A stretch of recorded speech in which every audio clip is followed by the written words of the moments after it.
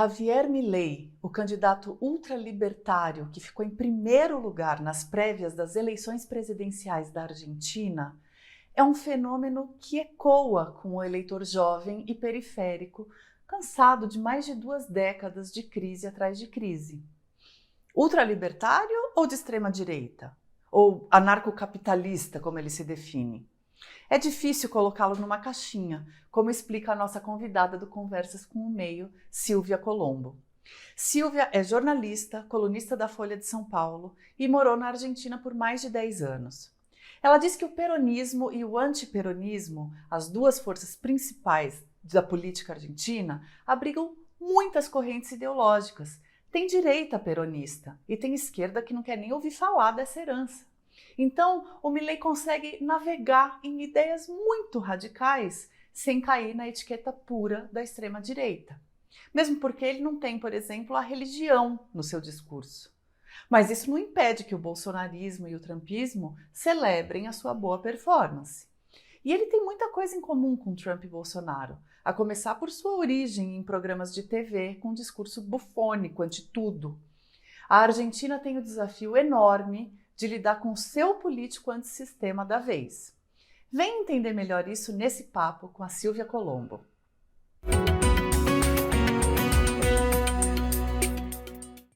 Bom, hoje eu estou aqui com a jornalista Silvia Colombo, que é colunista da Folha de São Paulo, morou na Argentina por mais de 10 anos, cobrindo a política de lá, a política da América Latina. Silvia, muito bem-vinda, obrigada por falar conosco. Muito obrigada, Flávia, muito obrigada ao Meio, e será um prazer bater esse papo com você e com a audiência do canal.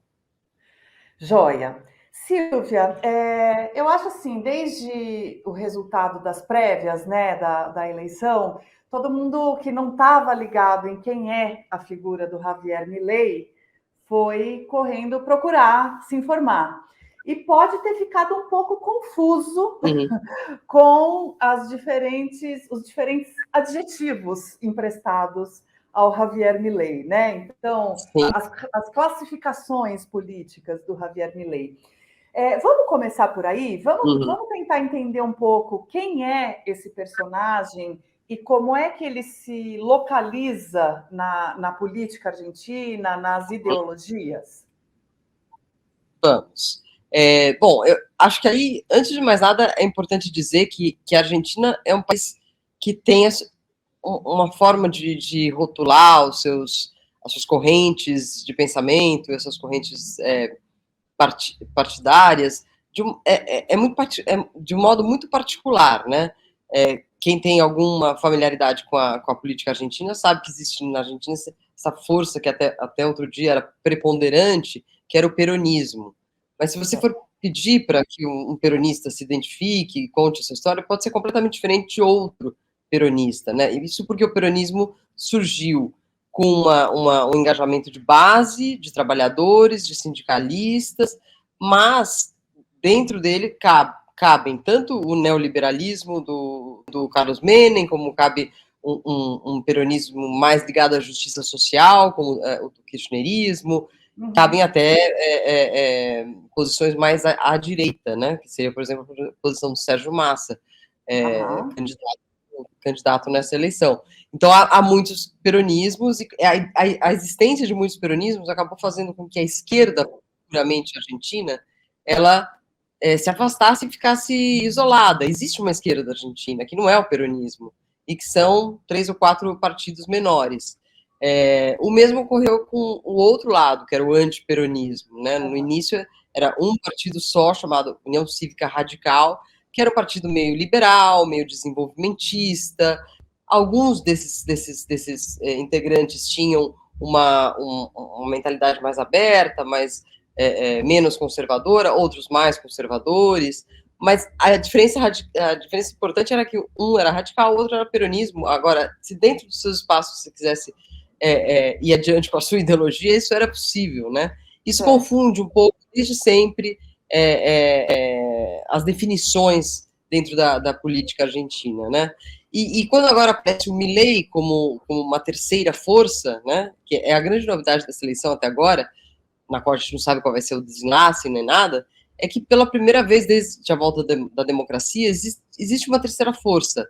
Não é mais peronistas e radicais, ou peronistas e antiperonistas, agora tem peronistas, não peronistas, e a ultradireita.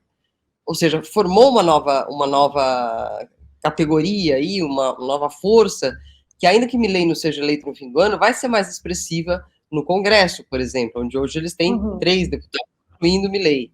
É possível que esse número cresça para 16. Então, acho que a grande novidade nesse momento para as primárias acabou o bipartidismo na Argentina por hora, né? E peronismo e antiperonismo agora tem essa nova força para enfrentar que está dando muito trabalho aos editores e explicadores sobre o que se trata exatamente, né?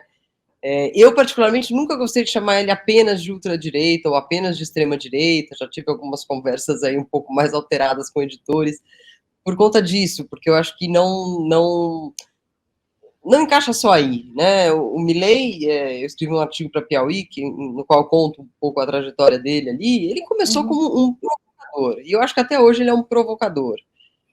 Agora, obviamente, ele defende uma pauta ultraliberal, e nesse sentido tem várias coisas da agenda dele que se diferenciam do Bolsonaro, porém, ele também defende pautas que têm a ver com a extrema-direita contemporânea, como defender o uso de armas, um enfrentamento mais frontal com o crime organizado, contra gastar dinheiro com projetos para encontrar netos desaparecidos na ditadura, é daqueles que acham que os direitos humanos já ganharam direitos demais, sabe? Então, e está contra a pauta de gênero, né? Uma das coisas que ele quer fazer é eliminar completamente o Ministério da Mulher e da Diversidade. Aí a gente tem um extremista de direita. Mas ele se define como um ultralibertário, ou seja, alguém que leva a cartilha liberal até o extremo. Sim, e esse me parece um ponto, Silvia, tanto de conexão quanto de desconexão com o que a gente conhece aqui no Brasil como extrema-direita, na sua expressão bolsonarista, né? Então, o Milei, ele tem alguns pontos em que ele não comunga, né, de uma pauta reacionária religiosa, tradicional, reacionária clássica, e outros em que ele converge completamente, né? Você pode me contar um pouquinho como é que ele navega nisso, nessas pautas de costumes? Porque isso eu acho um ponto bem interessante, né? Sim, sim. Pois é, essa eu acho que é uma diferença com relação ao Bolsonaro, porque o Bolsonaro, para a pauta de costumes, ele seguia muito pela questão religiosa, né? Tanto pela questão católica, cristã, como por influência da igreja evangélica. Enfim, ele tem muitos religiosos entre seus seguidores, entre seus aconselhadores. Você vê que a defesa dele, da família, da pátria, da sociedade, tudo ela tem um fundo religioso. No caso do Milei, isso não ocorre. Aí eu acho que entra bem o modo que ele mesmo se define de ser um anarcocapitalista liberal, ou seja, ele gosta de se definir como um liberal extremo. E o que está na agenda do liberalismo mais extremo, né? É o Estado não se metendo na vida de ninguém para nada, basicamente, né? Então, por exemplo, quando se fala de matrimônio igualitário, ele disse que não, ele afirma não ver nenhum problema com isso e que nem sequer isso é um problema do Estado, de aprovar ou não aprovar. Isso devia ser como qualquer contrato, porque é um contrato entre duas ou mais pessoas adultas, conscientes, e que então, inclusive isso vale para se elas quiserem se drogar, se quiserem fazer qualquer coisa, sendo adultas conscientes, o Estado não tem que se meter nisso, né? Agora, quando se fala do aborto, ele diz ser contra. Mas ainda assim, tampouco é pelo lado religioso, ou conservador, ou moral. Segundo o ultraliberalismo do Milei, o feto que se desenvolve, enfim, a partir da concepção, já é um indivíduo livre. E por isso qualquer ataque aos direitos desse indivíduo livre é um crime, que ele chama inclusive de assassinato. Então, não é pela pauta moral nem religiosa, e sim é pela pauta ultralibertária. É por isso que ele não está a favor do aborto, e sim está a favor do matrimônio igualitário, por exemplo. Entendi. Mas, de alguma forma, esse discurso não atrai libertários à esquerda, atrai libertários à direita, pelo menos é o que tudo indica, e pela manifestação de apoio dos próprios bolsonaristas e tal. Por que você acha que isso acontece? O que o Milei revela dos eleitores que escolhem ele, e não da própria plataforma, né? A gente, de alguma maneira, ele expressa preconceitos, reacionarismos de parte do povo argentino. O que ele está catalisando? Olha, Flávia, aí acho que o importante é a gente analisar um pouco o contexto de onde ele surgiu, né? Ele apareceu ele é um velho conhecido na Argentina, não é uma novidade assim que apareceu ontem. Ele sempre esteve ali como economista estrela, que aparecia em programas de televisão. Depois ele passou a querer um pouco atuar nesses programas, desse modo meio palhaçoso dele. Enfim, ele sempre esteve ali. Agora, a projeção política dele começa um pouco antes das eleições legislativas de 2021, quando ele começou a projetar uma imagem política, quando ele começou a almejar ter uma carreira política. E quando ele decide fazer isso, ele vai pelo lado de escutar as carências, as reclamações das pessoas nas ruas. E nesse momento, a crise argentina, que hoje é gravíssima, naquele momento ela já estava começando a ser muito grave, né? Hoje a gente tem um país que tem quase 130% de inflação ao ano, um grande descolamento aí do dólar que se pode comprar e o dólar que rege o mercado, ou seja, quem não tem dólar fica muito mais pobre, enfim, há muita bronca, muita raiva no ar. E o Milei encontrou seu eleitorado justamente nesse público, um público mais humilde, um público mais um eleitor mais pobre, com menos educação, que simplesmente não tem muita paciência para se informar, não tem muita paciência para ver debates, e acha muito mais fácil e muito mais apelativo um político que simplesmente dá palavras de ordem, né? E que vamos então acabar com o Banco Central, vamos para cima deles, o peso não serve para nada, vamos dolarizar tudo, sabe? Vamos contra a casta, que é o seu slogan mais comum e que é bastante eficiente também, no qual ele prega que é necessário acabar com a casta política. E a casta política para o Milei é todo mundo que não seja ele, basicamente. São os grupos de interesse, são empresários, são donos de meios de comunicação, são políticos que já estão na atuação há muitos anos. Tudo isso para ele é a casta. E é a casta que ele deseja remover do poder. O que também é uma ideia um pouco, para um jovem pode parecer atraente, né? Vamos tirar todo mundo aí. Mas também é um pouco sem olhar o detalhe, né? É possível tirar todo mundo, é possível acabar com todos os ministérios, é possível acabar com a máquina pública. Ele não tem propostas para o que aconteceria depois do que ele chama de plano motosserra, né? Você já viu, ele anda com uma motosserrinha assim, em que ele diz que ele vai cortar tudo e que tudo que estiver errado, tudo isso que está por aí, que ele estiver errado, entendeu? Entendi. Agora, você descreveu uma parte desse eleitorado, um público jovem. Eu li também num artigo teu que é um público predominantemente masculino, mais jovem, periférico. Ele não tem ressonância com o público mais de elite, com o eleitorado mais de elite, escolarizada ou financeira, ou tem também, só que em menor número? Ele tem de alguns empresários com os quais ele já trabalhou e que o consideram aí um possível aliado depois de tantos anos de crise e de um governo que deu as costas para o empresariado, né? Mas eu diria que esses são os empresários mais afiliados a ele desde sempre, porque ele era consultor econômico de empresários muito importantes na Argentina. Então, ele tem alguns grupos de interesse que estão vinculados a ele, que foi gente com quem ele trabalhou e que meio que ajudou a produzi-lo, sabe? há um empresário que é um dos mais ricos da Argentina, Eduardo Eurnequian, que controla os aeroportos da Argentina e participou de algumas licitações por aeroportos brasileiros também. Ele é uma espécie de protegido. E esse empresário tem um canal de televisão. E foi ali que o Milei começou a aparecer e tudo mais. E nesse sentido ele tem algo produzido por esses empresários amigos.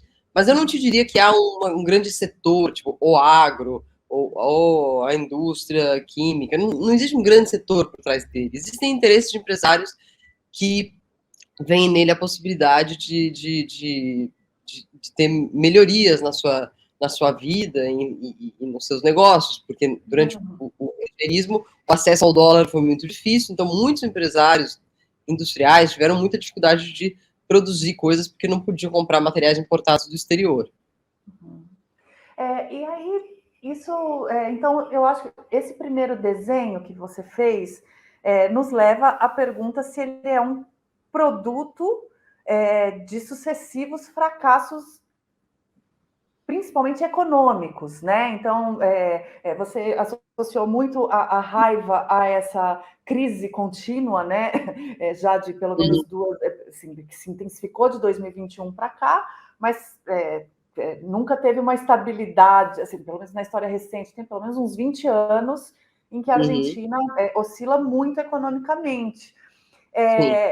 Então, assim, me parece que é um desenho de alternância de fracassos. Por aí mesmo? É alternância de fracassos e também a ideia, uma coisa quase cíclica, né? Porque quando o fracasso chega com muita intensidade, se consegue alguma solução mágica ali, que não é uma solução, na verdade é um adiamento do problema, né? E se joga isso mais para frente. Então, por isso que há ciclos, né? Agora, recentemente, a gente teve no governo Macri uma crise econômica crise financeira muito forte. O Macri pediu uma dívida de 56 bilhões para o FMI e governou mais tranquilo até o fim. Agora, essa dívida está sendo paga, está tendo que ser paga. E isso, junto com os outros problemas que tem o governo, piora a crise novamente. Então, ela é meio cíclica também, né? Eu acho que o Milei, ele chega aí como... Não sei se você se lembra de 2001, quando na Argentina houve aquela série de protestos enormes, depois do Corralito, né, em que o governo doou a quantidade de dinheiro que se podia tirar dos bancos para evitar a quebra dos bancos, né? E aí houve uma mega desvalorização do peso. Isso foi um trauma na vida da sociedade argentina, e as pessoas saíram às ruas, houve mortos, foram dias muito terríveis, né? E o canto de guerra das pessoas era aquele que se vajam todos, ou seja, vai todo mundo embora, chega, não queremos mais nenhum. Mas aí gritou-se tanto isso, e vários apareceram como, eu sou diferente, eu sou diferente. Tudo bem, isso houve, o próprio Maurício Macri é fruto disso, né? Eu não sou dessa turma. Mas, no fim, ficaram todos, ou pelo menos um grande número deles, né? E o que o Milei está voltando a dizer agora é que se vajam todos mesmo, né? Então, tipo, eu diria que é uma agudização daquele sentimento. As pessoas estão votando pelo Milei, estão dizendo, eu quero que vá todo mundo embora, mas eu quero que vá todo mundo embora mesmo, porque em 2001 não foram. Então é um pouco... E tem uma geração que foi criada só dentro da crise, né? Então, assim, isso faz 22 anos, nós estamos falando de 22 anos. Então, esse pessoal já está votando e já conhece só crise como realidade, né? Então, tem esse esgotamento também. Tem. E eu acho também que tem uma coisa muito parecida com o Brasil, no sentido de que durante os governos do PT, do Lula e da Dilma, cresceu uma geração que não tinha conhecido outro presidente, outro tipo de governo, né? E eu acho que isso teve por trás também das manifestações de 2013, enfim. Tem uma semelhança aí, né? Esses militantes muito jovens de direita que apareceram no Brasil nesse momento diziam isso: olha, eu só vivi durante os anos do PT, eu quero saber como é viver diferente, né? Sim. E me chamou a atenção, assim, o fato de que tudo que a gente está falando parece, não tudo, mas em boa medida, parece um replay do que se viu com Trump e do que se viu com Bolsonaro, de roteiro, né? Mesmo que não tenham semelhanças tão para e passo assim no discurso, mas tem de roteiro. O Trump e o Bolsonaro foram meio que subestimados, né? Antes de chegarem de fato ao poder, né? Então, tinha quem os ridicularizasse primeiro, falava, não vai chegar nunca, esse cara é um palhaço, assim, eu uso as aspas porque eles eram apresentadores de TV ou figuras frequentes em programas de auditório, né? Então, assim, tinha esse ar meio clownesco mesmo, sem ofensa aos clowns. E aí, agora a gente está vendo com o Milei um roteiro muito parecido. Você acha que a Argentina subestimou, não enxergou essa onda chegando à sociedade argentina? Ou não? Ou a gente que está de fora é que pode estar um pouco surpreso e ali isso estava mais bem monitorado? Não estava bem monitorado, não, e eu acho que nesse sentido os meios argentinos, assim como os meios brasileiros, os meios americanos, desde o começo estavam dando microfone para o Milei, de modo talvez imprudente ou de modo inocente, no sentido de não saber o que ele ia fazer com aquilo, né? Só para você ter uma ideia, quando ele começou a aparecer bastante na televisão, nesse canal que eu comentei antes, ele ia nesses programas chamados na Argentina de programa de farândula, ou seja, são programas em que vão políticos, vão economistas, mas também vão atrizes, atores, gente da farândula, né, seria do circo, do showbiz, assim, né. E aí discute-se de tudo, todos discutem de tudo, sabe, se entra o papo do arcabouço fiscal, tem a opinião do ministro, do político e da modelo também, porque não? Enfim, e nesses programas que são muito assistidos na Argentina, o Milei foi encontrando um caminho para construir um personagem ele mesmo. Por exemplo, nessa época ele se apresentava como um instrutor de sexo tântrico, que obviamente chamava muita atenção das pessoas, mas como é isso? Como é que, né, o que acontece? Qual é o prazer que se sente? E ele explicava. Depois ele dizia, não, isso funciona muito bem se você está em trios. Ele começou a contar dos seus trios amorosos. E fazia eu me envergonho pelos jornalistas, assim, porque eles riam, e sabe, colocavam, ai, fala mais, aí na hora que você goza, o que acontece, não sei o quê. E ele só, assim, saindo como um leão, assim, sabe, um macho alfa de primeira estirpe ali, né, enfim. E isso ajudou ele, no começo, a ter muita projeção. E os jovens também embarcaram nesse discurso, né. Agora, de uns tempos para cá, quando ele, de fato, passou a ser um ator político verdadeiro na campanha para o Congresso em 2021, quando ele se elegeu, quando ele começou a falar de campanha eleitoral, começou a falar de suas ideias, começou a falar de uma equipe, aí eu acho que os meios de comunicação colocaram um pouco de pé no breque. Tanto que nesses últimos meses, inclusive, surgiram alguns escândalos de corrupção ligados ao Milei, e a imprensa que levantou e que expôs isso. Mas aí, esse último domingo, provou-se que não foi suficiente, que ele já estava blindado, né? Ele pode falar de anticorrupção com relação ao peronismo, ao macrismo, porém, ele já tem causas de corrupção contra ele que não pegam, né? Nada pega para ele. Entendi. Agora, também os institutos de pesquisa argentinos também não detectaram essa ascensão, né? Eu não conheço a tradição dos institutos de pesquisa argentinos. Eles têm, enfim, qual é a credibilidade, índices de erro, de acerto? Foi um fenômeno realmente difícil de detectar? Qual que é a tua percepção do que aconteceu com os institutos? Sim. Eu acho que os institutos nunca foram como os principais do Brasil, né? Como o Datafolha, como esses outros de renome que tem no Brasil. Mas eles não erravam tanto antes, né? Eu acho que os institutos de pesquisa em geral, na América Latina, no mundo, estão tendo um desafio muito grande agora com essa entrada das mídias, com o fato de a extrema-direita não querer responder pesquisa, né, que parece que é uma coisa comum no Brasil, é comum lá também. Então, isso facilita para que algo que já era imperfeito antes tenha se tornado praticamente não confiável, né?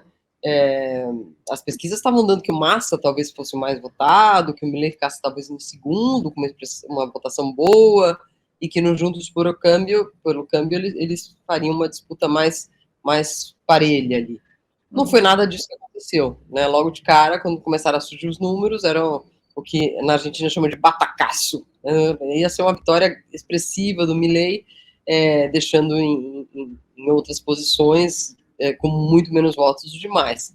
Então, há um tema aí com as pesquisas no mundo, eu acho, porque estão tendo que incorporar um fator novo a ser pesquisado, e na Argentina isso é dificultado pelo fato de que a maioria dos institutos de pesquisa hoje em dia, com as seguidas crises, elas são muito vinculadas a alguns partidos políticos. Então, é difícil mesmo saber o que pode acontecer numa eleição. E, nesse sentido, uma eleição primária, como a do último domingo, ela ajuda um pouco, porque acaba sendo a primeira eleição, a primeira pesquisa válida, né, para entender o que de fato aconteceu, como de fato as pessoas querem votar, né? Por isso que a partir de mudou o tabuleiro político. Agora todos vão começar a organizar estratégias a partir daí. Eu acho que vale, Silvia, a gente se deter um pouquinho e explicar o que foi essa eleição de domingo, né? Só para quem estiver nos assistindo que não tenha, enfim, se dedicado tanto a entender o que estava em jogo e quem foi às urnas, né? Se era obrigatório, quantas pessoas, enfim, precisa ser o número exato, mas enfim, se teve um grande comparecimento, que cara teve esse domingo e para justificar um pouco do porquê que a gente está aqui falando do Milei como uma possibilidade real e não como um fato assim fora da curva, né? Sim. O que ocorreu no domingo ainda não foi nenhum dos passos da eleição propriamente dita, né? A eleição ocorre em 22 de outubro. Porém, desde já faz alguns anos, da época do Néstor Kirchner, se não me engano, existem essas PASSO. O que são as PASSO? São as iniciais, né, para primárias abertas, simultâneas e obrigatórias. Certo. Essas primárias são diferentes das primárias norte-americanas, nas quais os delegados de cada partido vão lá e elegem o candidato que eles preferem para representar o partido. No caso da primária argentina, é a população eleitora toda que é chamada às urnas para votar numa pessoa. Seja ela do partido peronista, do partido antiperonista, do Milei ou de qualquer outro. Ele precisa votar em alguém. Aí o que se faz? Se conta esses votos e os candidatos que tiveram mais votos viram o candidato daquela coalizão. Então, por exemplo, só para dar um exemplo rápido, o peronismo tinha 2 candidatos, o Sérgio Massa e o Jean Grabois. O PRO tinha a Patrícia Bullrich e o Larreta. O único que estava sozinho era o Milei. Então, as primárias são internas, no sentido de que os eleitores, ao irem a votar, vão escolher, ao votar no Massa, eles vão escolher que o Grabois não vai ser. Ao votar no Larreta, vão escolher que a Bullrich não vai ser. Então, para que ele serve? Serve para tornar mais enxuto o primeiro turno, né? E serve para debelar as diferenças dentro dos partidos e serve para tornar mais enxuto o primeiro turno, porque aquele que não chega a 1,5% das intenções de voto não pode disputar o primeiro turno. Verdade, entendi. E esse voto, esse comparecimento é obrigatório. Os argentinos tinham que ir e foram. Ou faltou muita gente? Faltou muita gente. A abstenção foi grande. Esse é uma incógnita também para as eleições. Eles vão continuar não indo. E se eles indo, em quem votariam, né? Foi a maior abstenção das últimas 3 eleições. Então, há muitos indecisos ainda. Óbvio que o voto obrigatório na Argentina é muito parecido ao voto obrigatório no Brasil. Você pode justificar ou depois pagar uma multa que é praticamente irrisória para ficar ok com a justiça federal. Exato.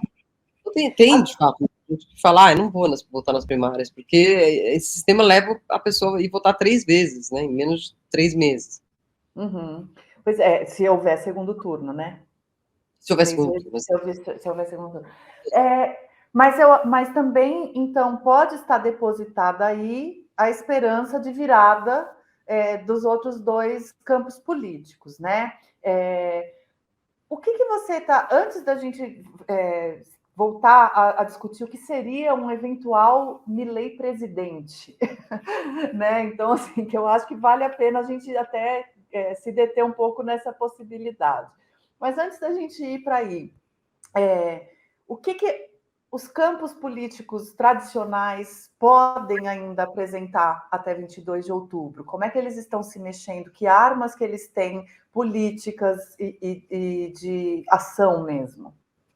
Claro, agora começa uma nova eleição e todos estão pensando nas estratégias daqui para diante, né?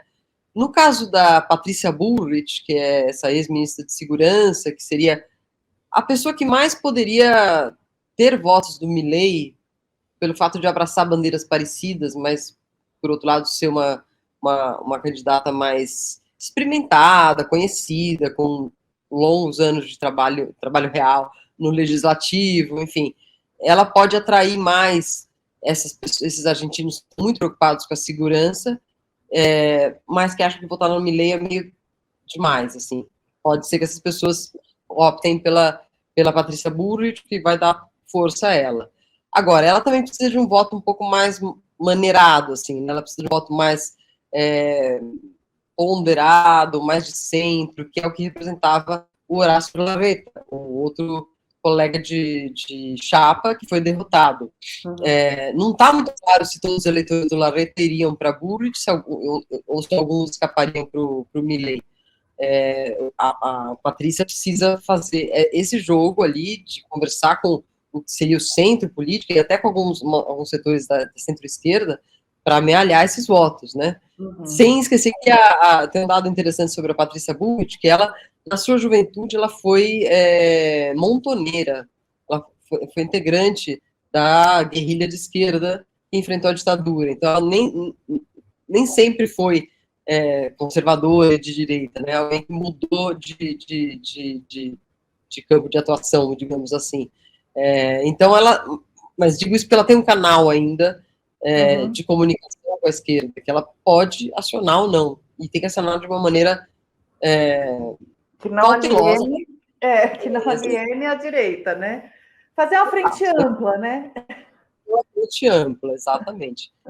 Nesse sentido, eu acho que ela pode pegar alguns votos do Massa também, não os votos de peronistas puro sangue que votaram no Massa, mas sim daqueles eleitores do Massa que votam nele pelas bandeiras dele, que também são essa linha de linha dura contra o narcotráfico, enfim, uma política de segurança dura. Eu acho que há um eleitor do Massa que poderia ir para a Bullrich. Agora, o que o Massa pode fazer é um pouco mais difícil, porque ele é o ministro de uma tragédia econômica, né? E ele não tem nem mesmo o apoio da Cristina Kirchner, que sim o indicou para ser o sucessor, mas não está fazendo campanha por ele.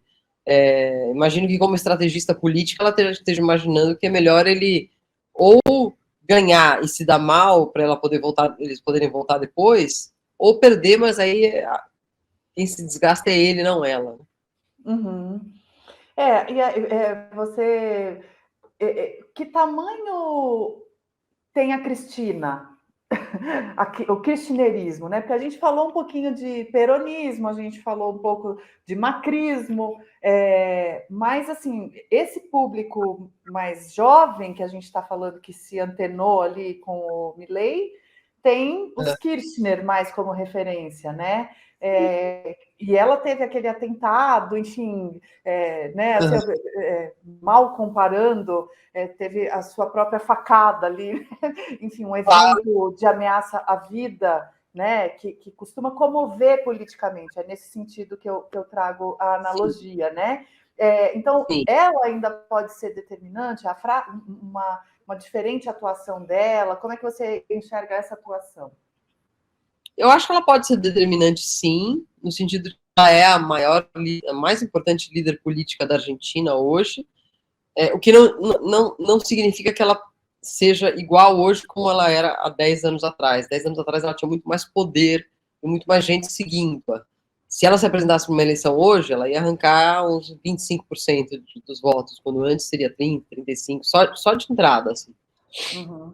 Eu acho que o poder dela se debilitou nesses últimos tempos, porém, ela ainda é muito ouvida, assim, ela ainda é muito pedida. Muitos dos votos nulos ali da última eleição era a gente que queria votar nela e não achava ela no boleto, sabe? Muita gente achava que ela ia ser candidata, ela sempre esteve, né? Então, o que ela faz e diz pesa muito ainda, principalmente para o núcleo duro de seguidores dela que segue aí. Né? E que também tem uma parte juvenil muito forte, né? Nesse sentido, é parecido um pouco com a questão do Milei. Ela tem o La Câmpora, que é uma enorme organização juvenil, estudantil, de militantes kirchneristas, assim. Né? Então, ela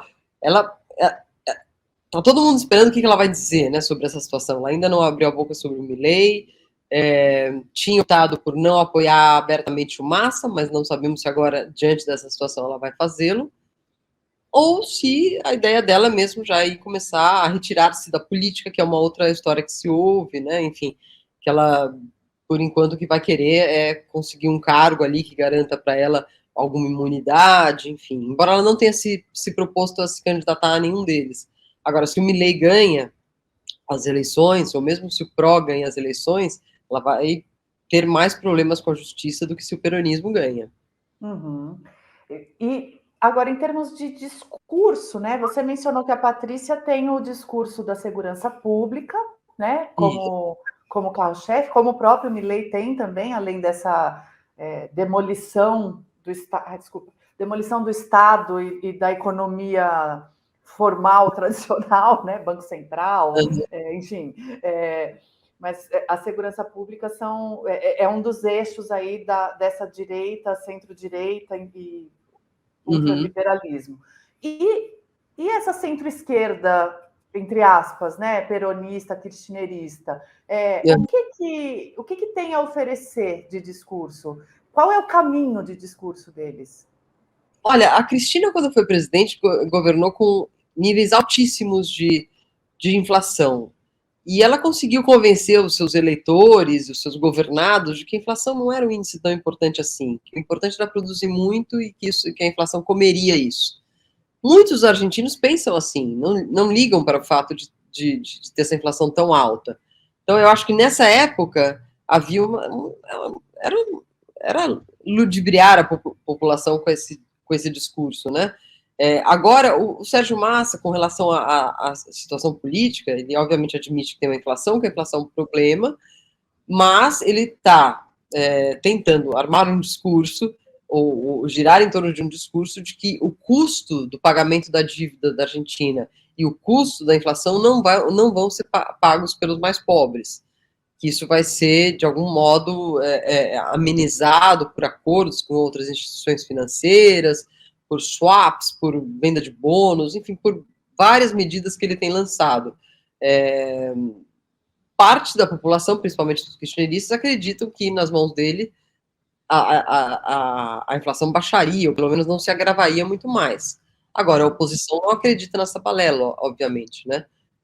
Diz que isso não faz o menor sentido, isso na verdade já algo que pode ser considerado uma hiperinflação. Então, o discurso do Massa vai ter ajustes, mas não sobre o seu bolso, vai ter ajustes no Estado, né? Vai ter ajuste no modo como a gente lida com a economia e com as nossas dívidas, mas isso não vai chegar a vocês. Agora, não tem nenhuma prova, nenhuma evidência, nenhum plano concreto que mostre como é que não vai ser o povo quem vai pagar a conta, né? Entendi. Sim, e há uma parte mais à esquerda do peronismo que pede as taxas para as grandes fortunas, enfim, mais anistia aos que não podem pagar, que não é exatamente o discurso do Massa, mas que ele vai abraçando quando convém, já que ele está numa grande aliança, né? Uhum. E aí, assim, a gente tem um senso comum, parte dos brasileiros tem essa imagem, Ricardo Darín, né, da, da política argentina, de uma coisa quase romântica, né, de um país que se viu com a sua herança da ditadura militar sanguinária que teve, então puniu os responsáveis, lidou. Os próprios argentinos sempre emularam, né, uma imagem de um povo muito culto, muito lido, muito politizado, muito envolvido, né? Houve uma despolitização nesses 20 anos que a gente está falando, ou é outro sintoma? É uma politização raivosa? Você entende a pergunta que eu estou querendo fazer? Entendi. É desconexão ou é conexão com raiva? Eu acho que o argentino é mais mobilizado e mais politizado que o brasileiro, que vários outros povos aqui da América do Sul. Porém, é marcado na Argentina o fato de que a educação perdeu muita qualidade nos últimos tempos, de que essa ideia da povo super bem informado já não confere tanto com a realidade, enfim, um pouco por conta do que está acontecendo com a informação no mundo em geral, né? Redes sociais, fake news, tudo isso existe na Argentina. Não é que todo mundo lê todo dia o jornal do dia, enfim, está todo mundo muito nas redes também, enfim, isso prejudica uma melhor informação. Mas eu acho que o argentino não perdeu o espírito politizado, assim, dia sim, dia não, tem uma manifestação no Obelisco, tem gente caminhando até lá, protestando por detalhes. Hoje é pela pensão, pela aposentadoria dos mais velhos, amanhã vai ser porque não chegou o recurso tal para determinada província, enfim.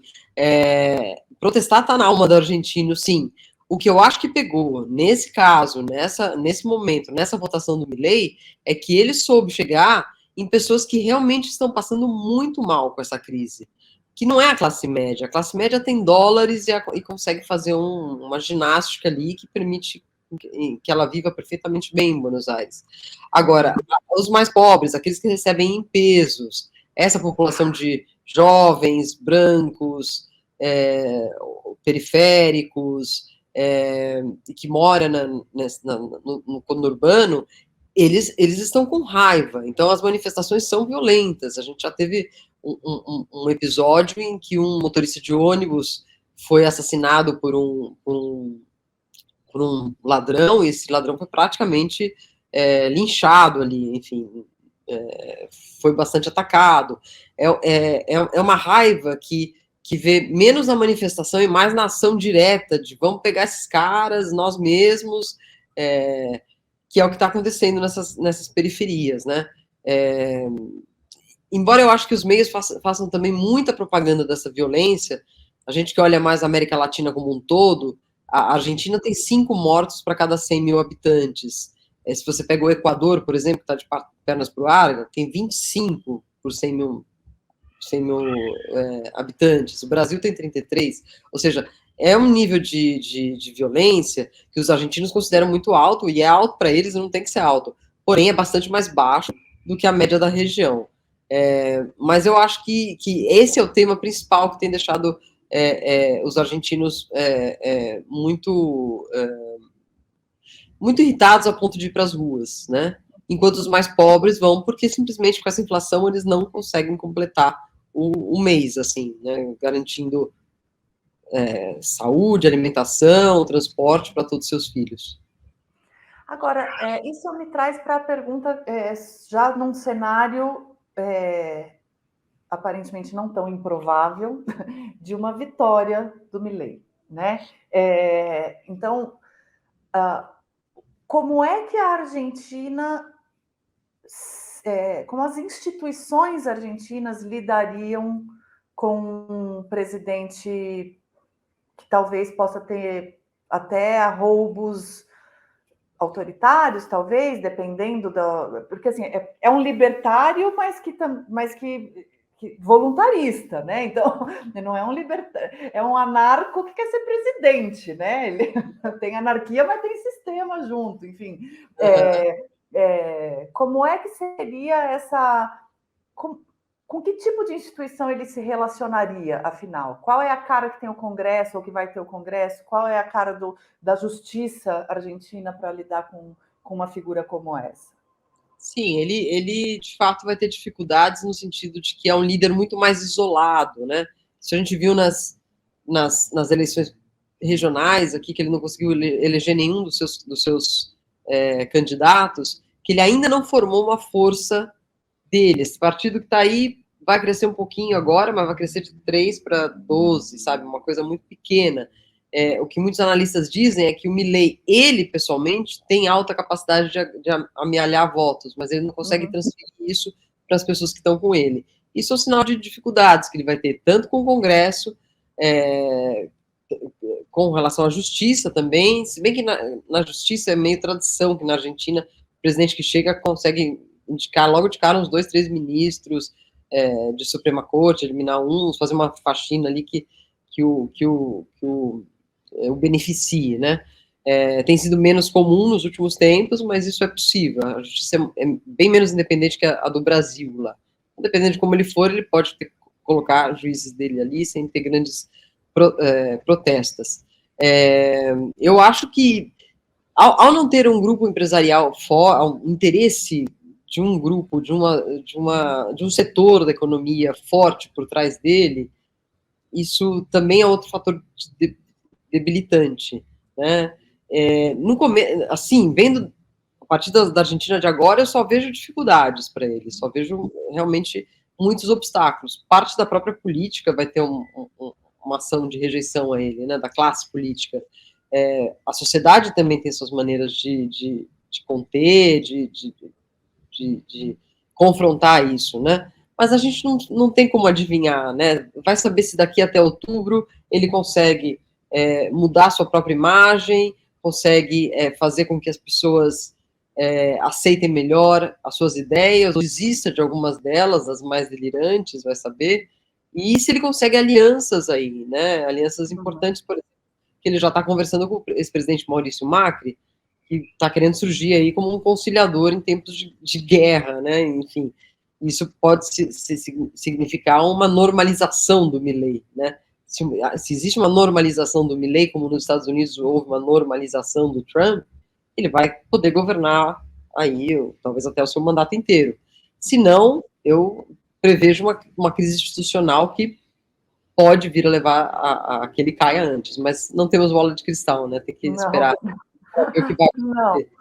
Agora, tem um ponto diferente também para o Brasil, que é bem fundamental, já que a gente falou de filmes do Darín e desse, né, enfim, desse lado em que a gente admira, né, a política argentina, que é o fato de que os militares não estão envolvidos diretamente na política e nesse endosso a essa candidatura, né? Isso é realmente bem separado, né, Silvia? Isso é bem separado, e a Argentina tem um passado com os militares muito diferente do Brasil, né? Depois da derrota, depois do regime militar, a quantidade de mortos, tudo que veio à tona, até recentemente vem vindo à tona, filmes, livros sobre o tamanho da brutalidade, da ditadura, e depois desses crimes tão evidentes, tão expostos, que até hoje são julgados, depois da derrota dos militares nas Malvinas, que foi o que fez com que eles tivessem que entregar o poder a um civil, as Forças Armadas ficaram completamente debilitadas para atuar em política. Então é muito difícil você ter um coronel que dê uma opinião, eles não saem do universo deles. Eles de fato voltaram para a caserna. E eu não vejo o Milei indo lá pedindo para eles saírem agora, né? Eu acho que isso vai ser muito mal aceito. Se vai exército para a rua, vai ser algo muito mal aceito, porque tem essa memória, né? Essa memória dos anos de horror. Essa é uma diferença importante com relação ao Bolsonaro, né? O fato de não ter nem uma igreja evangélica atrás, nem um exército atrás, não tem a bancada do boi, da bala e da Bíblia, não existe isso, né? Aqui na Argentina. E eu acho que, por enquanto, o Milei não tem conversado, não tem canais ali para mobilizar os militares. Mas outra vez.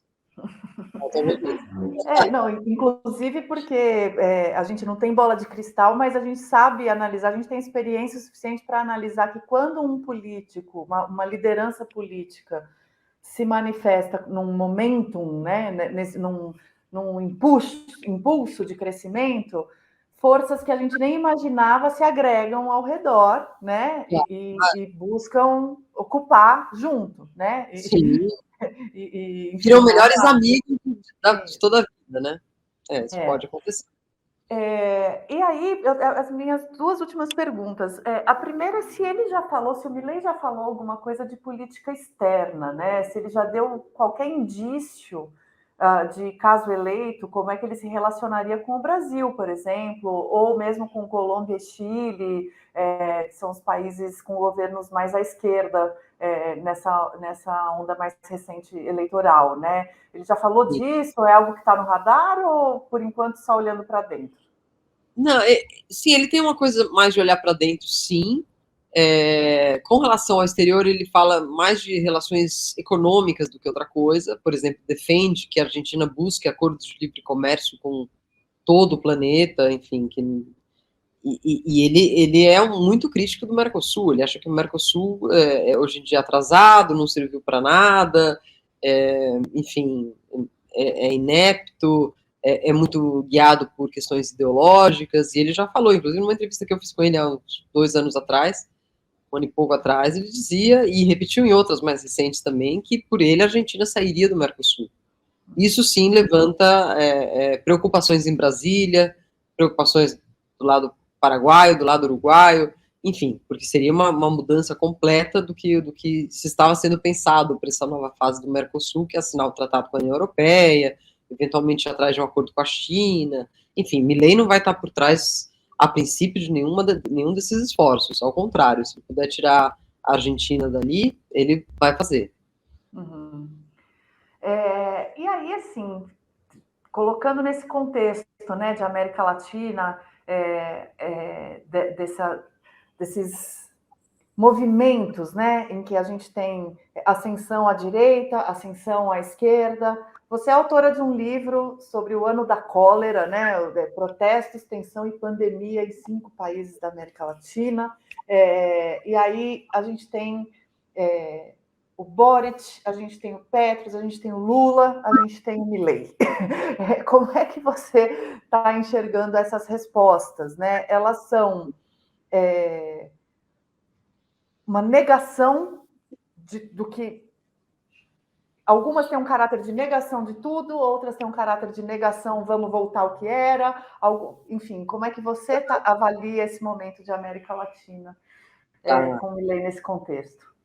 Esses novos presidentes que você mencionou, eles têm diferenças importantes, né? O que eles têm em comum é ter atravessado um período muito turbulento, que foi o ano de 2019, por conta de crises, manifestações, inclusive a motivação de escrever esse livro foi porque, de repente, assim, em poucos meses, tinham tido início e pegado fogo várias manifestações em países inimagináveis para o nosso registro, né, como o Chile, o Peru, depois o Equador, a Bolívia, a Venezuela continuava, enfim, a Colômbia também teve. 2019 foi um ano muito importante que acho que a gente não chegou a poder refletir direito sobre o que significavam essas manifestações, que eram manifestações de sociedades que pediam uma nova relação com o Estado, basicamente. Cada uma guardada as devidas proporções, mas pediu um Estado que as deixasse participar mais das decisões, um Estado que fosse mais presente em certas questões. Enfim, havia uma demanda por isso no ar, né? E, em alguns casos, esses pedidos foram levados adiante, como no Chile, a Hermôncia Constituinte, etc.